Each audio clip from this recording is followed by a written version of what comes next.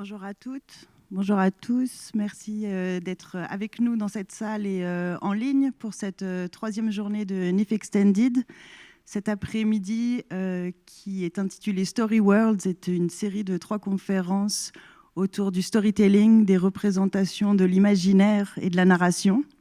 Et puis pour commencer cet après-midi, nous allons nous interroger sur les liens entre science et fiction, avec 4 invités de marque que nous sommes ravis d'accueillir aujourd'hui. Marc Atala, le directeur de la Maison d'Ailleurs à Yverdon, et puis Max Monti, Alain Serge Porret et Sylvie Lenné, que je demande de bien vouloir nous rejoindre sur scène. Merci.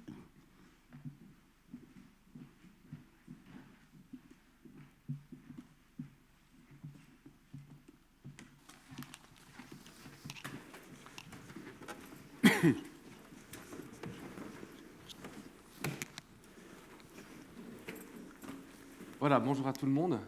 Tout d'abord, merci à toute l'équipe du NIF, à Loïc en particulier pour l'invitation. Je suis ravi de pouvoir modérer cette discussion avec vous trois.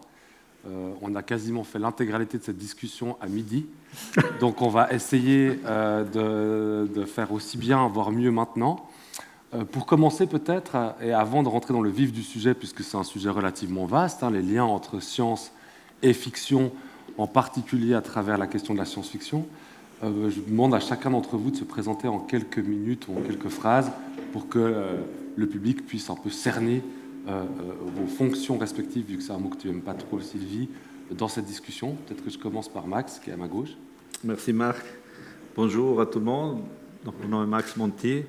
Ça fait une trentaine d'années que je suis actif dans les différentes institutions technologiques de Suisse romande, le PFL, le Centre sud électronique et microtechnique. Maintenant, je suis à la HEARC et d'autres choses, toujours dans le lien entre le monde académique et le monde industriel, c'est-à-dire comment mettre en action, en pratique, les découvertes, que ce soit fondamentales ou technologiques ou même de développement, qui se font dans les milieux académiques. Donc, à ce titre, j'ai vu passer énormément de projets, des qui ont réussi, d'autres qui ont moins réussi. J'entrevois un peu ce qui peut arriver ces prochaines années. Et c'est surtout avec cette casquette-là que je m'exprime aujourd'hui. Voilà, Alain Serge. Bonjour, mon nom est Alain Porret. Mon background, j'ai fait 13 ans en Silicon Valley dans quelques startups dans les domaines des technologies de l'information. Et puis je suis au CSM à Neuchâtel depuis 8 ans, où je m'occupe globalement de digitalisation depuis le capteur, la génération de l'information jusqu'à son traitement dans le cloud et l'intelligence artificielle. Et puis finalement Sylvie. Alors Sylvie Lenné, moi je suis d'une part professeure en sciences de l'information à l'université, sans doute grâce à la science-fiction que j'ai découvert toute petite, ce qui fait que je me suis mis à en écrire assez peu, mais des nouvelles, et régulièrement depuis pas mal d'années déjà. Moi je ne dirais pas de combien, parce que ça fait beaucoup. Et donc la science-fiction est maintenant mon deuxième métier et ma grande passion. Voilà, un panel large. Je me présente en 2 mots, je m'appelle Marc Atala, je dirige la Maison d'Ailleurs à Yverdon et je suis maître d'enseignement et de recherche à l'Université de Lausanne en section de littérature moderne. On va commencer tout de suite cette discussion. Le but, c'est que depuis pas mal d'années maintenant, les liens entre narration ou fiction d'une part et science d'autre part ont été développés, réfléchis, discutés. On compte de nombreuses conférences, de nombreux débats, de nombreux ouvrages aussi, qui cherchent à explorer la science-fiction, qui semble avoir un statut un peu particulier dans le champ de l'imaginaire contemporain, dans ses liens avec la science. On a plutôt tendance des fois, en tout cas dans une sorte d'appropriation populaire comme ça, d'imaginer que la science-fiction aurait pour vocation d'anticiper nos développements sociaux ou technologiques parfois, qu'elle serait une sorte de littérature d'avant-garde, pas artistique, mais d'avant-garde technologique, qu'elle indiquerait vers quoi on va. On va en discuter un petit peu aujourd'hui avec un angle un tout petit peu particulier. Et je commencerai d'ailleurs cette question, ce débat ou cette discussion avec toi, Sylvie, dans ta rapide bio, mais bon, vous avez été juste, j'avais dit 2-3 phrases. Dans ta rapide bio, tu nous montres déjà un être composite, à la fois une carrière académique dans les sciences de l'information, d'autre part une carrière d'écrivaine, d'autrice de science-fiction, Peut-être, parle-nous un peu de cette articulation. On a cru comprendre qu'il y avait quelque chose qui t'a amené à la science-fiction, ou qui t'a amené à la science. Enfin, ton personnage semble déjà être un personnage où les liens se tissent entre science et fiction. Bon, alors déjà, moi, à la base, j'ai une philosophie, c'est que on n'a qu'une vie, mais autant la démultiplier et en avoir autant que possible en parallèle. Donc, c'est ce que j'ai essayé de faire dans ma vie. Et la science-fiction, d'abord, je pense que c'est elle qui m'a amené à la science. C'est en lisant de la science-fiction que je me suis rendu compte qu'il y avait des tas de choses qu'on considérait comme évidentes, non discutables, telles qu'on les percevait, et que, en fait, on avait tout à fait le droit de les remettre en question, on avait le droit d'interroger. Quand j'ai découvert la science-fiction, j'étais une petite fille, donc j'étais éduquée par mes parents, en plus non scolarisée pour des raisons un peu compliquées. Donc, j'obéissais aux règles et aux cadres qu'on m'imposait.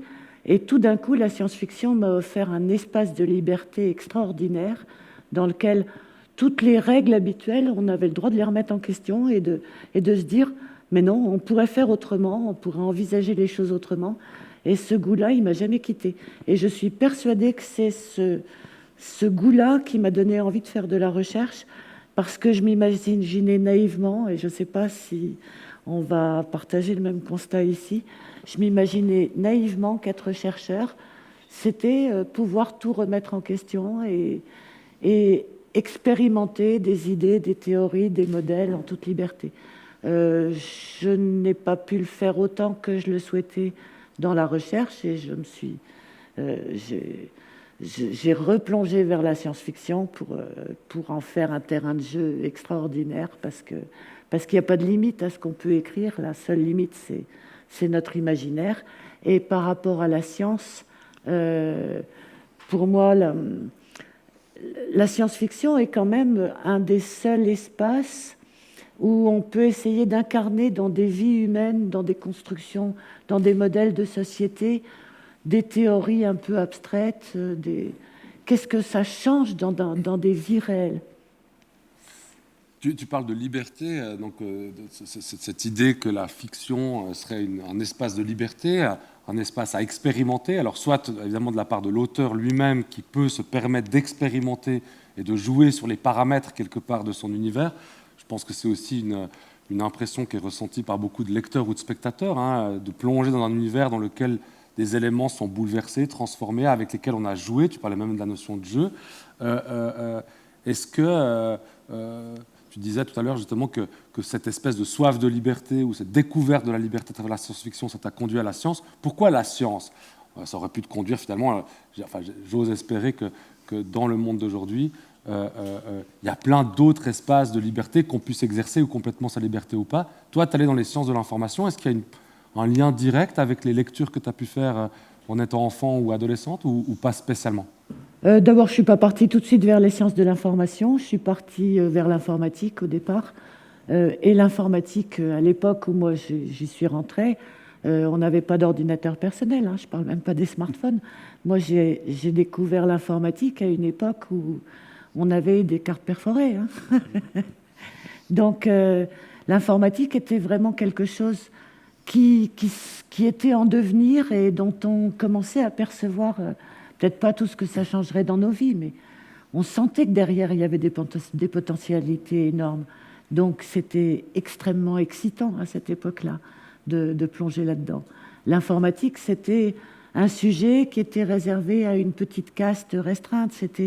Je vous parle des années 80, là. Moi, quand j'ai fait mes études, il n'y avait pas Internet. L'informatique... il y avait un Iris 50 dans le centre de calcul qui était climatisé parce que les machines chauffaient beaucoup. On mettait nos paquets de cartes le soir et on récupérait des listings le lendemain matin. C'était tout à fait différent de ce qu'on connaît maintenant de l'informatique. Mais j'avais envie d'être dans cette petite communauté de découvreurs et d'expérimentateurs. C'est un peu la même chose que de faire de la science-fiction. Oui, j'allais dire que cet espace de liberté, on voit aussi peut-être qu'aujourd'hui, quelqu'un qui se lancerait dans une carrière d'informaticien aurait peut-être moins cette espèce d'impression de liberté. Ça se passe ailleurs maintenant. Que tu évoques. Peut-être passons à Max par rapport à voilà, Sylvie vient nous décrire un parcours où finalement le lien, le dialogue entre science et littérature s'est noué dans une vie ou un parcours personnel. Toi, tu en parlais tout à l'heure, tu incarnes, en tout cas tu travailles à la HE Arc, tu participes à pas mal de projets scientifiques autour de l'innovation dans la région, et puis tu fais partie de cette question, de ce débat sur la question science et littérature. Peut-être dis-nous justement d'où tu viens, qu'est-ce qui te motive dans ces questions, ce dialogue-là qui est un dialogue à condition que les deux pôles puissent coexister et pas que l'un soit absorbé par l'autre.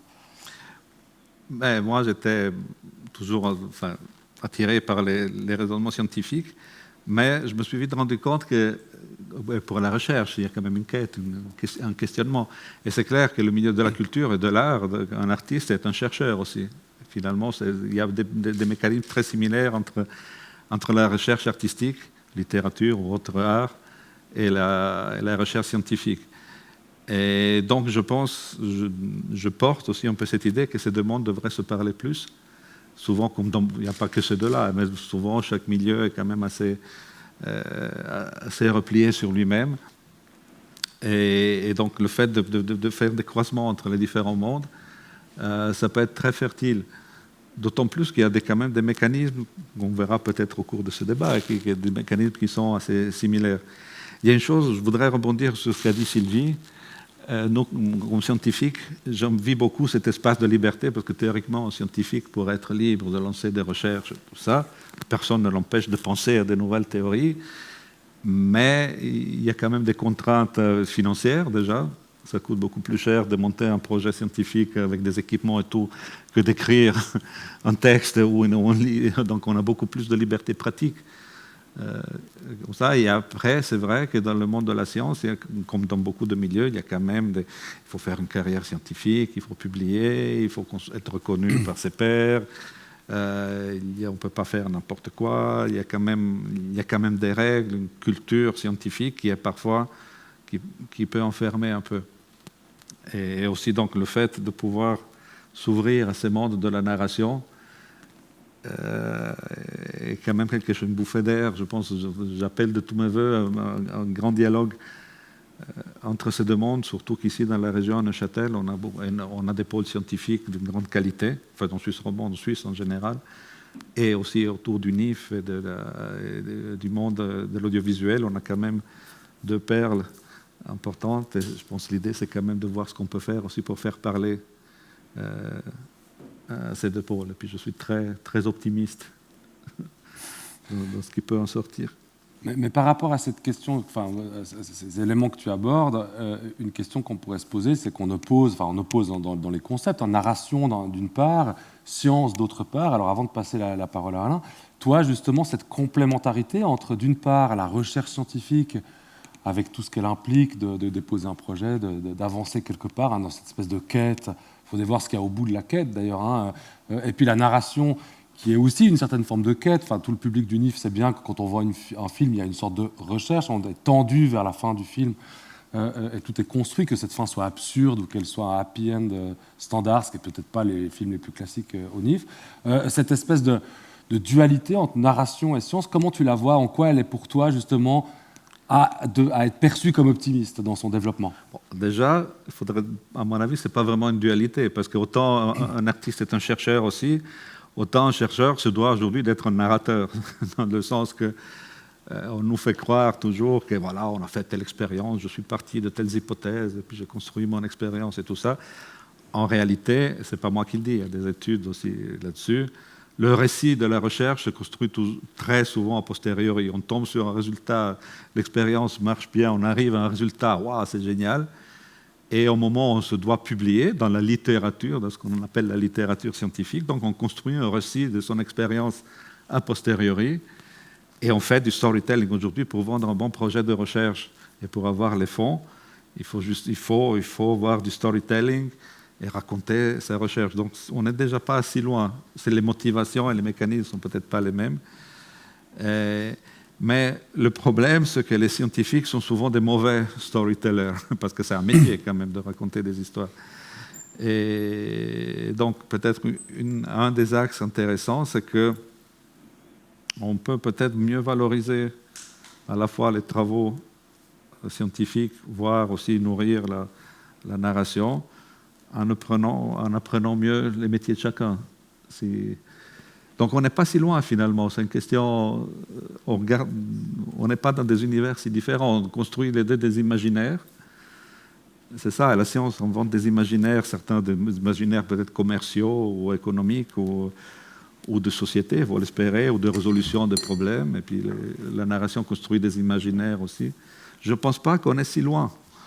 Et c'est peut-être une question de méthodologie. Donc on comprend en filigrane de ce que tu dis que finalement la science qui se doit aujourd'hui de raconter des histoires, on utilise souvent le terme anglais storytelling, mais voilà, cette idée de raconter une histoire, que ce soit l'histoire d'une recherche ou peut-être une histoire qui permettrait de lancer une recherche, une sorte de storytelling a priori, c'est quelque chose où la science-fiction aurait un rôle à jouer. Peut-être sur ce point-là, Alain, bon, déjà parce que tu as le titre le plus long et donc le plus sérieux de la slide,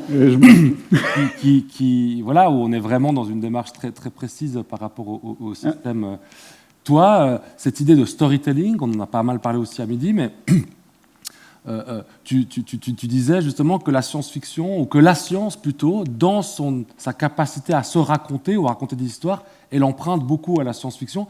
Est-ce que tu peux nous dire peut-être un peu plus, que ce soit dans ton champ d'activité ou dans les expériences que tu as pu mener auparavant?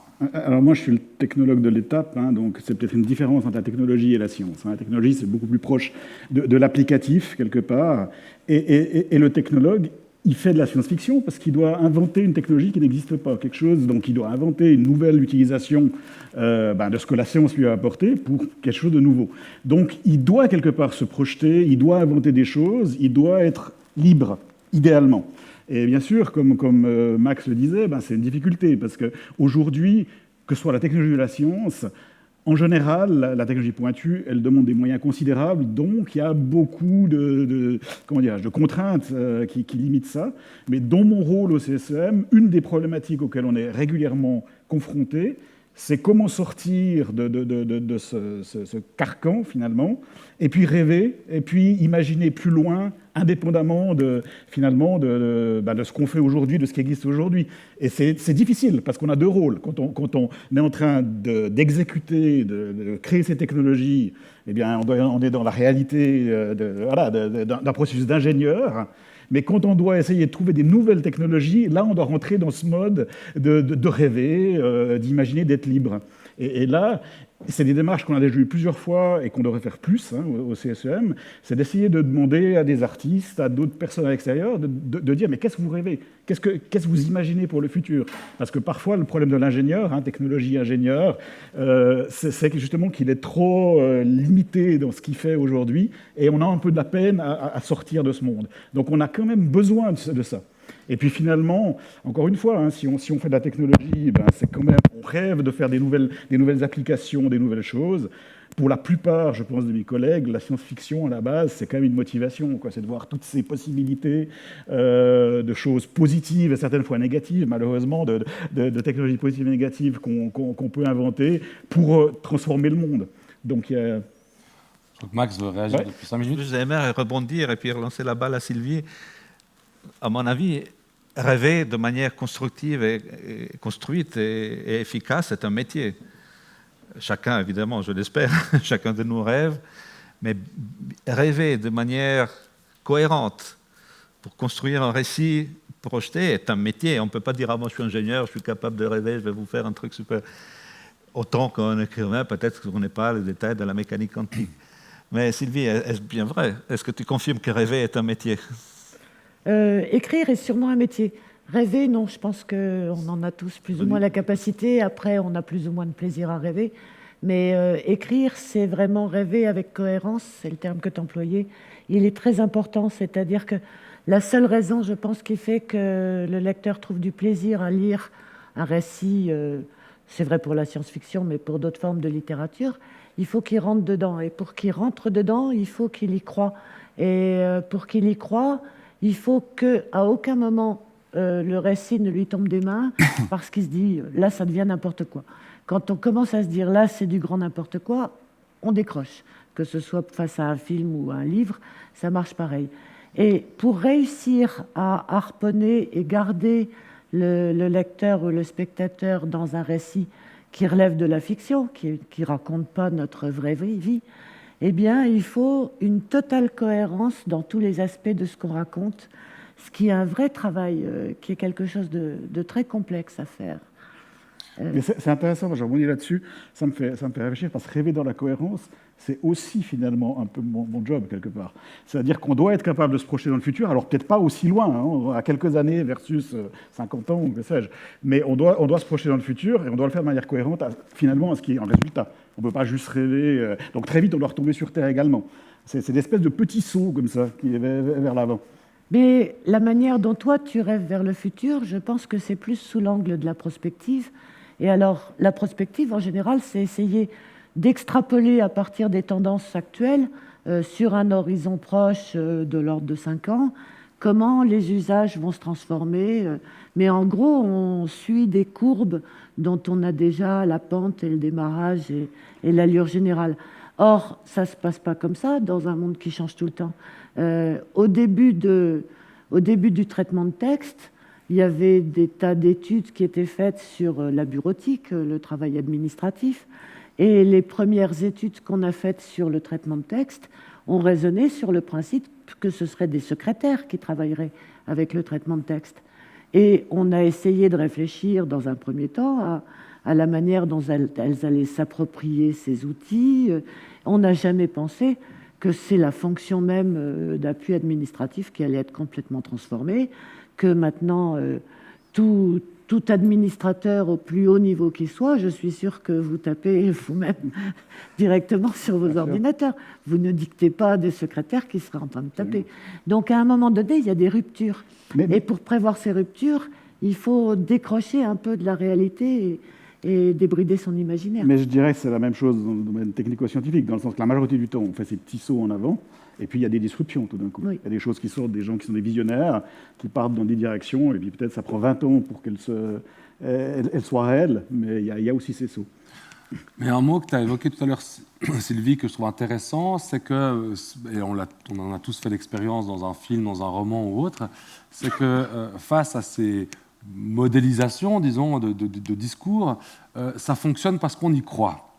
Alors que, quand on voit un film, on se rend bien compte que ce n'est pas notre vie, que ce n'est pas nous à l'écran. Alors, des fois, on aimerait bien être la personne à l'écran, mais ce n'est pas nous.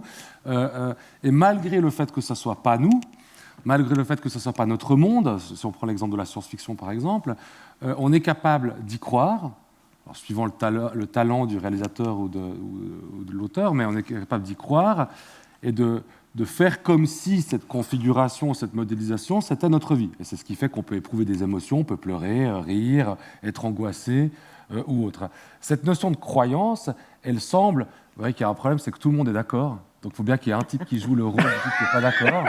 Et ça va me tomber dessus. Cette notion de croyance, ce mot de croyance, semble être assez éloigné de la question scientifique, en tout cas dans un a priori qu'on peut avoir, où la croyance serait de l'office de la subjectivité, de la religion, voire des arts, alors qu'il y aurait le savoir qui serait du côté scientifique ou technologique. Alors évidemment, je vais poser cette question-là indépendamment de ce à quoi je pense, mais c'est-à-dire, dans le récit, Alain, que tu mobilisais, la science doit aussi faire des récits, est-ce qu'il n'y a pas une instrumentalisation d'une croyance pour pouvoir être financée, ou est-ce que c'est quelque chose d'un autre ordre? Alors ça fait partie des contraintes dont on discutait avant. Ça ne suffit pas d'avoir une idée dans l'absolu, après il faut la vendre parce qu'on a besoin typiquement de millions pour développer une idée technico-scientifique. Donc il va falloir convaincre des gens, un panel de nos pairs, qu'on a une idée géniale et qu'elle est mieux que les autres et qu'on va pouvoir aller plus loin. Donc on va aussi devoir inventer un narratif on a peut-être une toute petite partie du puzzle et on va devoir dire, OK, qu'est-ce que je peux faire avec ça? Et on va créer tout autour un narratif pour expliquer comment ça va sauver le monde, soyons clairs, quelque part, à un moment donné. Donc il y a cette sorte d'inflation, en fait, et de création d'une histoire. Alors, on n'est pas les meilleurs pour le faire, mais on est quelque part, il y a un côté marketing qui fait qu'on doit aussi le faire. Il faut croire que ça va marcher aussi, parce que c'est le propre de l'innovation, c'est qu'il y a un risque. Bien sûr. Qu'on n'est pas sûr que ça marche, évidemment. Enfin, il y a la croyance, il y a la foi. C'est même plus une question de foi dans la science, qui est d'ailleurs souvent remise en question ces derniers temps. Le terme habituel, c'est suspension of disbelief, la suspension de l'incrédulité qu'accepte le lecteur. Parce que tout simplement, s'il n'accepte pas de faire semblant d'y croire pendant la durée du spectacle, s'il ne fait pas semblant d'y croire, ça n'a aucun sens. Donc pour éprouver du plaisir, il faut accepter de jouer le jeu. Mais après, il ne faut pas qu'il y ait quelque chose qui vous en sorte. Il faut que le jeu, les règles vous embarquent suffisamment pour que vous restiez là, même s'il se passe des choses. Oui. Mais en même temps, par rapport à peut-être Max ou Alain, c'est égal, en même temps, ce pacte que le lecteur ou que le spectateur accepte de passer avec la fiction, ce pacte a un avantage, c'est que ça dure le temps de l'immersion. C'est-à-dire, en gros, on y croit. Alors, j'aime bien ce que tu disais sur l'acte de foi, on y croit, on peut se laisser toucher, éprouver des émotions, etc. Et puis, quand on sort de l'immersion, il n'y a pas nécessairement, du moins, une réappropriation complète de ce qu'on a lu dans le monde réel. Ce que j'essaie de dire, c'est que ce n'est pas parce que vous lisez Le Seigneur des Anneaux que vous pensez que dans les forêts neuchâteloises, il y a des hobbits. Donc, on peut y penser. On peut y penser. Mais passons sur ce genre de cas. Majoritairement, ce n'est pas le cas. Alors que dans le discours ou l'acte de foi ou la croyance qu'on doit vendre pour qu'une une recherche soit financée, le contexte de réception de cette croyance n'est pas la même. Autrement dit, on peut tout à fait, rappelez-vous en Suisse, puisqu'on paye toujours des impôts là-dessus, rappelez-vous qu'on a financé, et que la population suisse a accepté de financer les projets comme le Blue Brain Project de l'EPFL, qui avait, je vous rappelle, dans le discours storytelling, marketing, pour vocation de résoudre les 600 pathologies mentales indexées dans le DSM-4, il s'avère que les gens y ont cru, et que cette croyance, qu'on peut tout à fait imaginer comme pour mobiliser des recherches, des fonds publics, etc. Aujourd'hui, si on nous dit qu'on a réussi, je crois que c'est ce que j'ai entendu il y a 2 ans dans une table ronde avec un des responsables, c'est qu'on a réussi à modéliser le tissu neuronal d'un ver de terre, il y a encore du boulot jusqu'à l'humain, et que le type disait on n'arrivera jamais pour l'humain. Est-ce qu'il n'y a pas un danger dans cette vente de croyances au niveau social? Mais c'est aussi nécessaire, parce que ce n'est pas juste une vente. On doit aussi se convaincre. Moi, j'ai fait des startups, je suis très valable là-dedans. On doit pas voir toutes les difficultés, on doit voir le but ultime, s'y lancer, et dans bien des cas, on n'y arrive pas au but ultime. Mais si on veut une fois y arriver, une fois sur 10, une fois sur 100, on doit faire abstraction de tout ça. Donc, si tu fais une start-up et puis tu regardes de manière complètement calculatoire tous les risques, tout ce qui ne peut pas marcher, toutes les difficultés, tu ne la fais pas. Tu arrêtes tout de suite. Et donc, tu dois se projeter et adhérer à cette story aussi pour te tirer en avant. Et puis, la seule différence, c'est que tu n'en sors pas quand tu poses le bouquin. Ça devient quelque part ton belief system, une croyance que tu intègres. Ouais, c'est ça la différence. Donc, c'est une question de temps. Un scientifique doit avoir sa croyance pendant peut-être 5 ou 6 ans, ou 10, voire toute une vie, plutôt que le temps de la... Mais c'est peut-être là-dessus qu'il y a un point de contact. Je reviens à ce que je disais tout à l'heure, je cherche ce qu'on peut apprendre les uns des autres. Et c'est peut-être sur la construction de ce système de croyances qu'il y a des choses à échanger. Moi, j'ai envie de me mettre un peu en contradiction, si je peux. C'est que... Oui, ça me met un peu la lampe. Je pense qu'on ne parle pas tout à fait du même type de récit. Le récit marketing dont le scientifique a besoin, c'est de montrer qu'il y a des enjeux derrière. Que globalement, on va répondre à des besoins, on va expliquer des choses qui vont apporter un gain social, un gain global.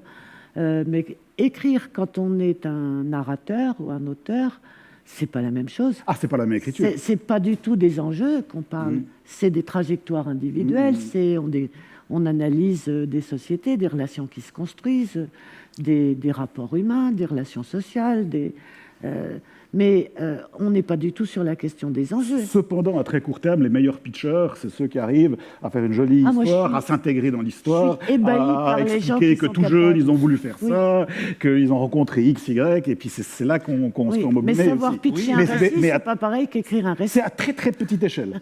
Oui, mais c'est à très très petite échelle. Trompe-toi, Sylvie, peut-être vous n'en avez pas conscience, vous les narrateurs, mais peut-être avec 10 ou 20 années plus tard, votre récit aura un impact sur la façon de penser d'une génération entière de personnes qui vont créer des choses. C'est pas, vous ne savez pas, mais il y a peut-être un impact dont vous n'êtes pas maître, mais qui peut arriver. Donc il y a quand même, il y a une liberté totale, vous pouvez ça, mais il y a, comment dire, l'impact sur la société des narrateurs est quand même important. Échappe. Non, mais ça vous échappe, mais c'est une responsabilité. L'auteur, l'autrice, il y a un art derrière. C'est autre chose. Alors, on ne peut pas dire que le pitch, c'est un art, c'est une autre dimension. Juste peut-être, moi ce que j'entends dans ta réaction, Sylvie, mais aussi par rapport à ce que vous avez dit, c'est la question de la responsabilité. C'est-à-dire qu'en fait, et peut-être qu'on va peut-être pas aller trop loin sur la question de la responsabilité, mais dans le sens où qu'on croit ou non à un récit, j'ai le sentiment que dans le domaine de la fiction, la responsabilité de l'auteur n'est pas tout à fait la même, parce que s'il y a une chose qu'on apprend depuis tout petit, qu'on apprend à nos enfants, qu'on a appris en étant enfant, et qui fait d'ailleurs partie de la manière dont on perçoit la fiction aujourd'hui, c'est que la fiction, elle n'a aucun compte à rendre au réel. C'est pour ça qu'on peut faire des contes de fées, par exemple. Elle n'a pas de compte à rendre, il n'y a pas de responsabilité. Il y a eu beaucoup de débats dans l'histoire de la littérature. Et c'est d'ailleurs, pour ceux qui s'en rappellent, en 99, ça c'est pour toi, en 99 pour les Suisses, on avait accusé Houellebecq d'avoir fait dans les particules élémentaires l'apologie d'une humanité qui devait être transformée. Il lui avait dit moi j'ai écrit un roman, hein, je n'ai pas écrit un programme politique, et donc je peux écrire ce que j'ai envie parce que ma responsabilité s'arrête là. Dans la discussion que tu avais avant, si je crois à fond dans un projet pour le lancer, ok. Si à un moment j'y crois plus, est-ce que ma responsabilité, c'est d'informer la société civile qui m'a financé que, en fait, par exemple, je me suis trompé? Ah oui. Parce que ça, j'ai pas l'impression que ça arrive très souvent. Donc je me pose la question, alors qu'un auteur peut dire oui, je me suis trompé, mais en même temps, j'ai jamais dit que dans 300 000 ans, ça sera comme ça. En plus, même si je l'avais dit, on ne sera pas là pour le savoir. La technologie, elle apprend des erreurs, elle avance avec les erreurs. Donc souvent, on ne le fait pas, parce qu'effectivement, c'est difficile de dire à quelqu'un qui vient de financer 2 millions pour financer une thèse, une direction, de dire « Eh ben non, ça ne marche pas ». Mais en fait, c'est un apprentissage. Il faut pouvoir le dire. Parce que ça veut dire, voilà, c'est une voie qui ne marche pas, on va se lancer dans une autre voie.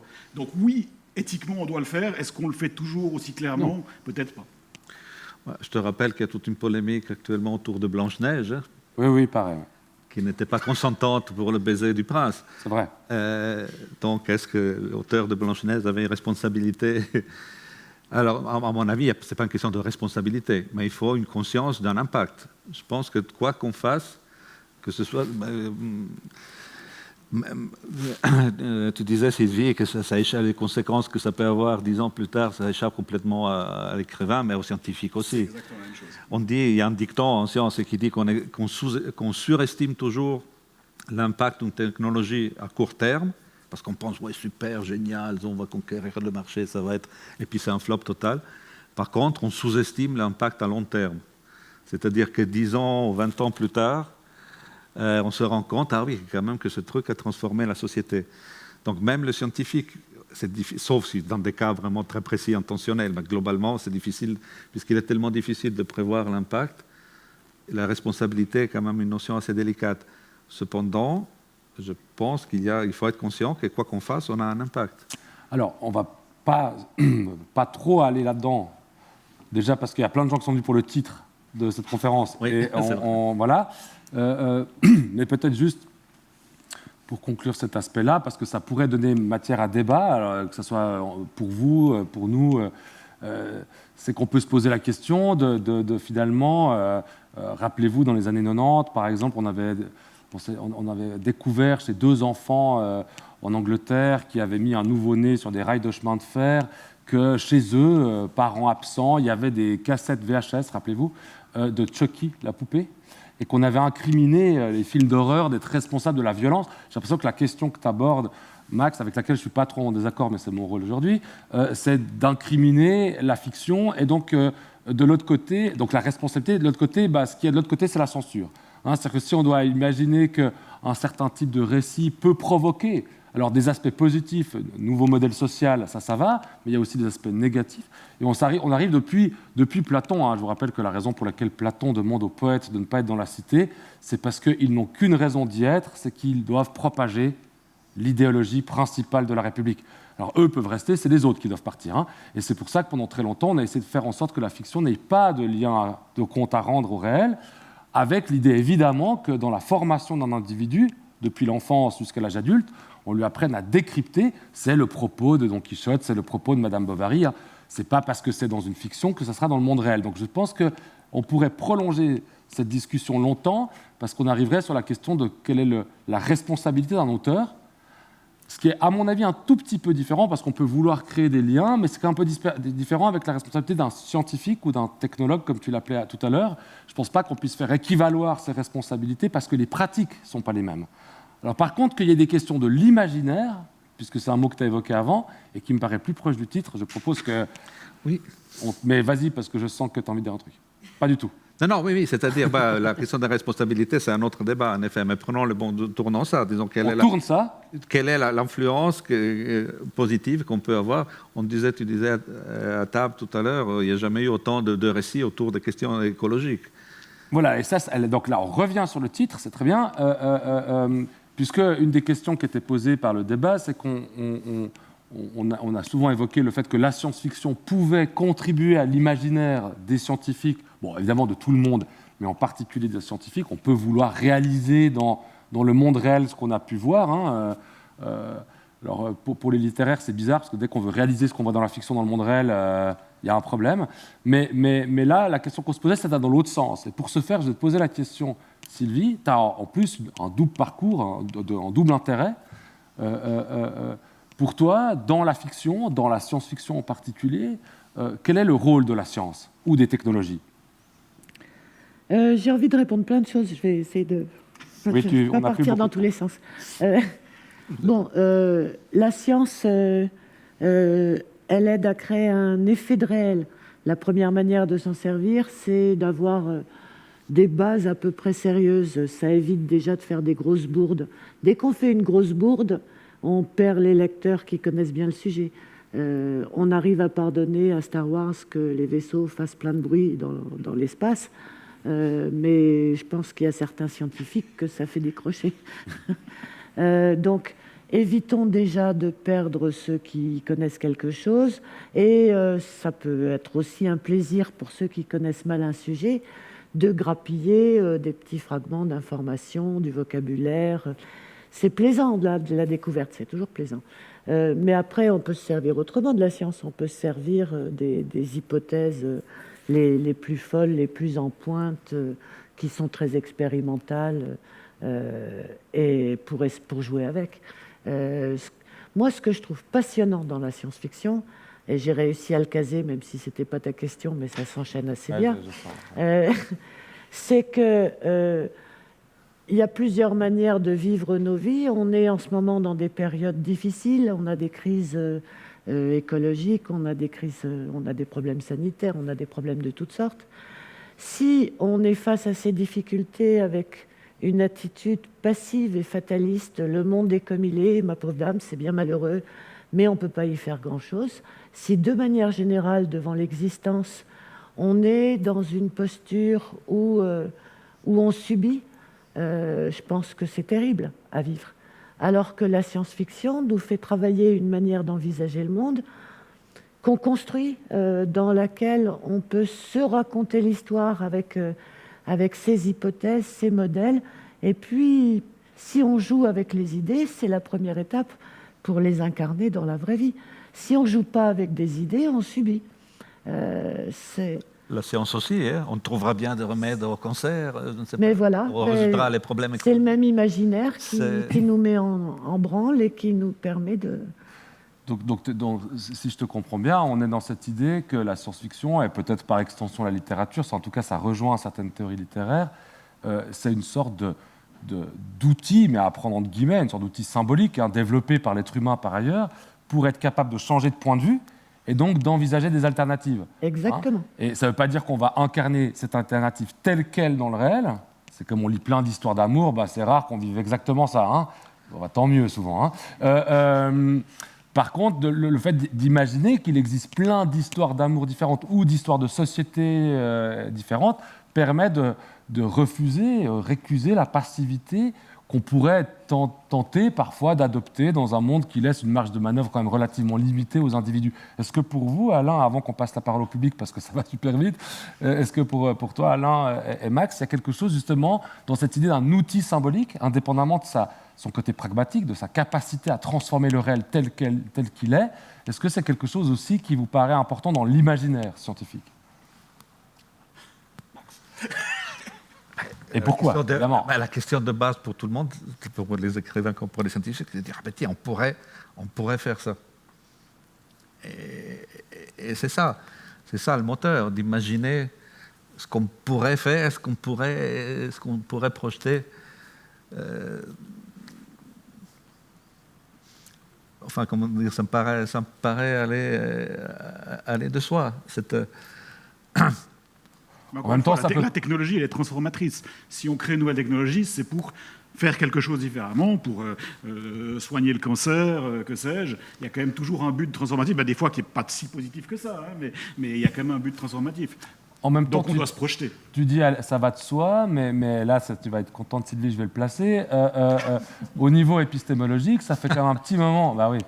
Ça fait quand même un petit moment qu'on se rend compte que le développement scientifique, c'est ce que Kuhn appelle la science normale, se passe pas de manière tout azimut. C'est quand même des espèces on développe des technologies dans une sorte de veine qui est financée, etc., etc.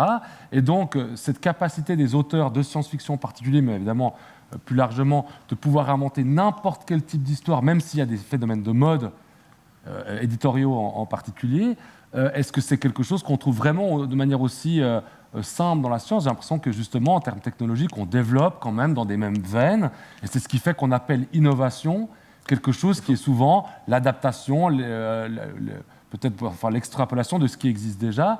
Je n'ai pas l'impression qu'on est dans une science qui cherche impérativement à créer de multiples alternatives. Il faut peut-être faire une remarque pratique que peut-être pas tout le monde le sait. Les politiques scientifiques ne sont pas les mêmes dans les différents pays. Il y a des pays qui imposent, où il y a une approche très top-down. Après, il y a des différents degrés, mais qui disent, voilà, pendant les 4 ans qui viennent, on va faire des biotechnologies, soit vous êtes dedans, soit vous êtes dehors. Et il y a quand même des grands programmes qui influencent sur l'industrie 4.0, ce genre de choses, ou les nanotechnologies. Il y a des modes scientifiques. Et la Suisse, relativement, est un pays où la science peut se faire plus de manière bottom-up. C'est-à-dire, il y a un peu, mais ce n'est pas aussi marqué que dans d'autres pays, des grandes lignes directrices, des grandes thématiques. Il y a quelquefois des programmes spécifiques, mais en général, la politique d'innovation de la Suisse, qui est un parmi les pays réputés très, très innovants, est de laisser la possibilité de créer les conditions cadres nécessaires pour que les idées jaillissent bottom-up. Donc, ce n'est pas la même chose dans les différents pays.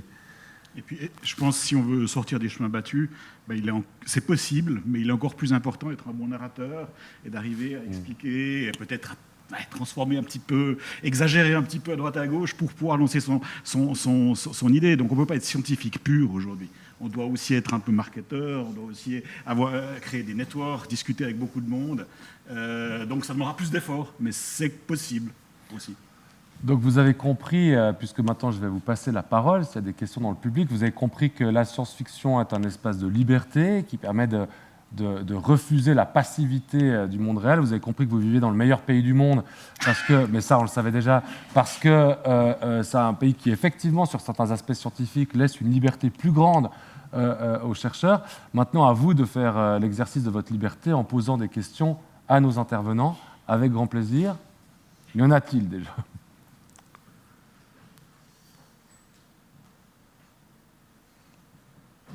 Moi, je ne le vois pas, en tout cas. Oui, il y a un monsieur qui a une question. Merci beaucoup. Oh, ça c'est très gentil, merci. J'ai même pas besoin de tenir le micro. Le titre, c'est Science et fiction. Qu'est-ce qu'apporte l'un à l'autre? On a parlé de la fiction comme c'était une narration d'une histoire.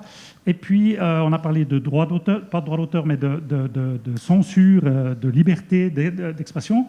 Par contre, il y a un élément scientifique qui est arrivé très fort dernièrement, c'est tous ces moteurs de recherche avec leurs algorithmes d'intelligence artificielle qui vous balancent à la figure que ce que vous aimez.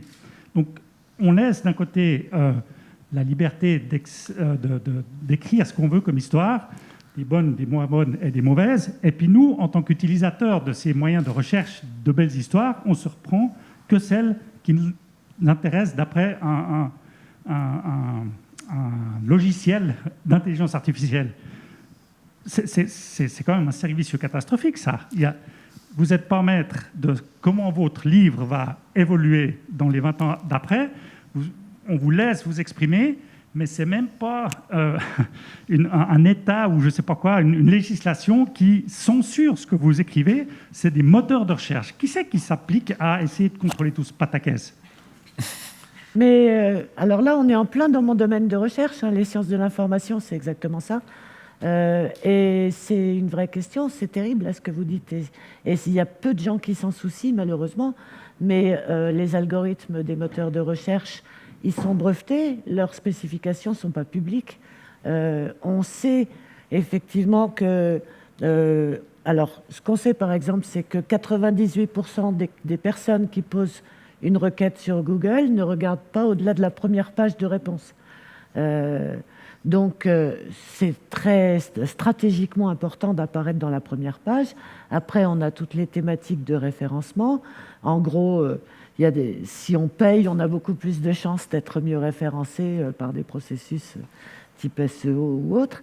Et puis, après, il y a effectivement tout ce qui est pris en compte des centres d'intérêt de chacun, qui, un peu comme les réseaux sociaux, finalement, enferment chacun dans une vision du monde où il ne se retrouve plus qu'à entendre des gens qui pensent comme lui. Moi, dans mon environnement proche, j'ai une personne, et ça me consterne, qui est anti-vax, mais il se trouve que tous les gens qu'elle lit et tous les sites qu'elle consulte lui disent la même chose que ce qu'elle a envie de penser. Donc, c'est très difficile de discuter avec elle. Elle est persuadée que la majorité des gens pensent comme elle. Si les gens veulent rester dans leur bulle, c'est un problème. Mais il y a la liberté individuelle. Je vous conseille, tous les browsers ont un mode anonyme, CTRL-SHIFT-P, sauf erreur, qui ouvre une fenêtre anonyme. Et tout d'un coup, vous perdez complètement trace de qui vous êtes dans vos recherches. C'est intéressant, ce type de sujet, de temps en temps, d'ouvrir une fenêtre anonyme, de faire une recherche et de voir de ce qui sort par rapport à ce qu'on obtient habituellement. Ouais. Je voulais rebondir aussi, ce qui est navrant par rapport au récit, c'est justement, typiquement sur YouTube ou d'autres moteurs, s'il y a quelque chose qui vous intéresse, on vous propose qu'est-ce qui devrait vous intéresser aussi. Oui. Donc, et de fil en aiguille, on est happé, ah mais tiens, c'est vrai, c'est peut-être intéressant. Et puis ça nous construit un récit, c'est une représentation de la vie ou un récit. C'est un récit quand on saute d'une vidéo. Ça ne marche pas toujours si bien que ça. Oui, si mais un jour vous achetez une machine à laver, Amazon vous détecte comme un grand consommateur de machines à laver et va vous en proposer 10 par semaine dans des semaines. Mais heureusement, parce qu'il y a des machines qui sont des algorithmes qui sont en train de nous construire des récits. Et si on s'abandonne, on va nous construire, oh super, génial, voilà ce qui m'intéresse. Eh bien, ce n'est pas moi qui ai décidé, mais juste, je ne peux pas résister. On en parlait à midi. C'est vrai que s'il y a 20 ans, on m'avait dit qu'on me poserait cette question, jamais je ne l'aurais cru. Aujourd'hui, on doit cocher des cases, je ne suis pas un robot. Ça, non, mais... Et puis on la coche, oui, mais bien sûr, on dit oui, ça c'est des passages piétons, ça c'est un vélo, voilà. C'est ça qui fait la différence entre un humain et un robot. Un robot, c'est qu'on sait reconnaître des panneaux de signalisation sur un ensemble de 9 photos. C'est quand même, si on s'arrête un moment pour y penser, c'est quand même navrant, je suis tout à fait dans la vie de vous savez en fait que vos réponses, quand vous sélectionnez un vélo, etc., c'est utilisé pour entraîner des algorithmes d'intelligence artificielle à reconnaître les vélos et les voitures par la suite. Donc en fait, on vous fait travailler pour l'intelligence artificielle. C'est vrai. Comment on va éviter que tout le monde sorte déprimé de cet après-midi puisque ceux qui sont déjà... Est-ce qu'il y a d'autres questions? Peut-être, je vois que le temps avance et il nous reste que quelques minutes avant de devoir clore cette discussion. Il y a une question devant là. Merci beaucoup pour ce débat, c'était super intéressant. J'avais peur au début, en lisant le titre, que ça devienne une sorte de combat entre science et non-science, comme il y a dans beaucoup de conférences sur ce sujet. J'avais un peu, pendant tout le débat, cette idée que la science, en fait, elle peut appréhender tous les sujets, tout comme la narration peut appréhender tous les sujets. Et donc, est-ce que le débat, il n'est pas un peu infini? Parce que la science, justement, elle peut s'inspirer de... Voilà, elle peut étudier la communication, comme vous, Sylvie, elle peut étudier la technologie, les rapports humains, même les rêves, les idées. Et la narration aussi, elle peut appréhender tous les sujets. Donc, au final, c'est pas une sorte de boucle. Enfin, je sais pas, est-ce qu'il y aura jamais d'issue à ce débat, en fait? Chacun apporte à l'autre et les deux pôles peuvent se nourrir de ce qu'ils veulent au final, non? Je peux dire un truc très bref. T'as pas beaucoup de temps. Oui, alors, en théorie, c'est vrai. Maintenant, les modalités pratiques de rencontre, il n'y en a pas tant. Non. Et je pense qu'il est très important que Max et d'autres essaient d'incarner des rencontres avec des modalités précises. Parce que sinon, un auteur peut aller lire Scientific American ou ce qu'il veut. Un scientifique peut aller lire des auteurs de SF. Mais ce n'est pas faire des choses ensemble. Et il faut qu'on ait des lieux et des occasions de travailler ensemble, vraiment.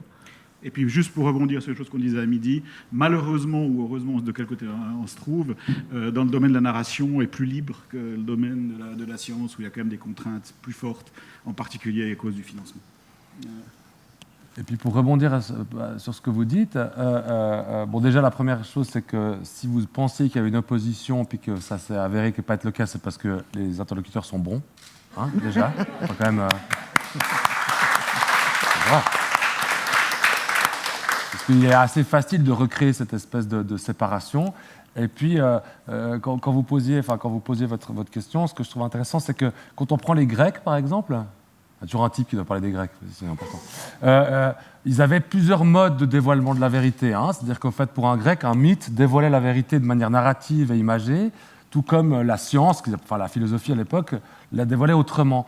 Et donc, en fait, pour un Grec, c'était tout à fait possible d'évoluer dans différents registres de vérité différents en fonction du discours.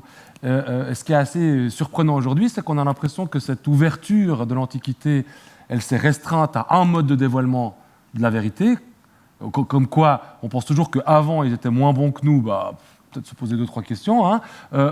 Et cette capacité à faire coexister des modes de dévoilement différents, qui puissent être narratifs, qui puissent être scientifiques, qui puissent être des sciences sociales, qui puissent être artistiques ou que sais-je, c'est à mon avis quelque chose qui est extrêmement important aujourd'hui et qu'on devrait favoriser autant dans les études. Il ne faut pas oublier qu'on a des études qui sont très cloisonnantes, hein, où finalement vous choisissez une filière et puis voilà, que peut-être dans le discours social, et le fait de pouvoir associer des gens de plusieurs milieux à débattre, on se rend compte de cette espèce de proximité, mais comme tu le disais, c'est pas souvent qu'on peut avoir cette occasion d'exprimer les choses sans être dans une sorte de lutte absurde finalement, qui va plutôt montrer qu'on pense qu'il y a un mode de dévoilement de la vérité qui est plus important ou plus juste qu'un autre. Voilà. Max, t'as le mot de la fin. Ah non, t'as 3 minutes. Et, si je veux dire un mot, et puis c'est pas qu'avec les auteurs, c'est avec les politiciens, c'est avec les géopoliticiens, comprendre le monde autour de nous. On doit échanger. Mais, ma perception, c'est que le moteur humain qui est derrière la démarche, que ce soit du scientifique, du chercheur, de l'artiste et du créateur, le moteur humain qui est à la base de ça est le même. Après, chacun est formaté par sa formation, son éducation, il a des outils, des méthodologies, tout ça. Mais à la base, si on se libère de sous cet costume qui est autour de la construction d'un métier, d'une carrière, tout ça, ce qui pousse les gens, c'est la même motivation humaine. Donc, je ne vois pas d'opposition fondamentale. Mais la différence par rapport à l'Antiquité, c'est que l'ampleur du savoir est infiniment plus grande de ce qu'elle était dans l'Antiquité. Donc, on devient tous des spécialistes d'un domaine aussi. C'est plus difficile d'avoir une vue globale de tout ce qui se passe, même au niveau politique. Justement, raison de plus pour se parler. Ouais, parce que tout ça. Je crois qu'il y a une dernière question, sauf erreur. Voilà, pour les 2 minutes qui restent. Moi, j'ai juste une suggestion, puisqu'on arrive à la fin. C'est de faire une prochaine fois avec le titre « What Fiction for the Science ». parce que en fait, la science-fiction, à mon avis, fait en sorte que la science puisse avoir aussi énormément de financement.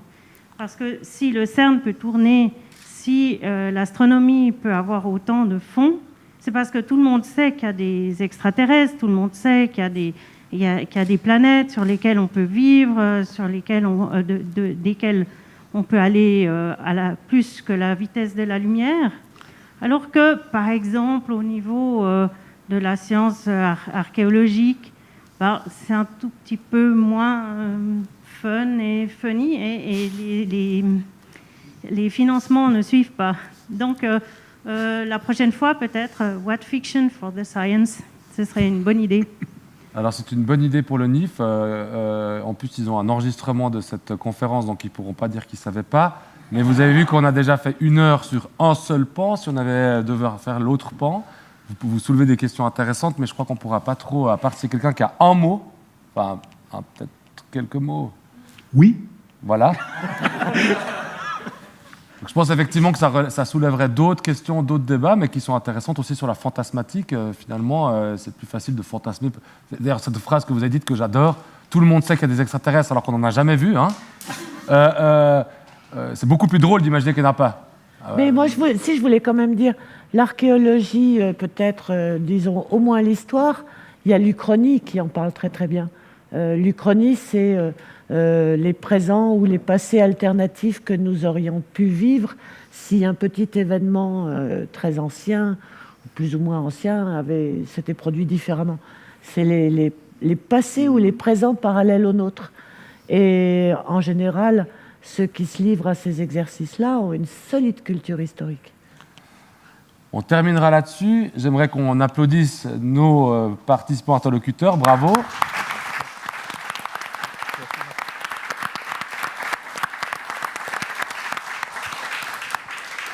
Merci une fois de plus à toute l'équipe du NIF, à la régie, je ne sais pas pourquoi je fais ça, mais à la régie et à tous les gens qui nous ont aidés au début. Puis merci à tous. Passez une belle après-midi à Neuchâtel.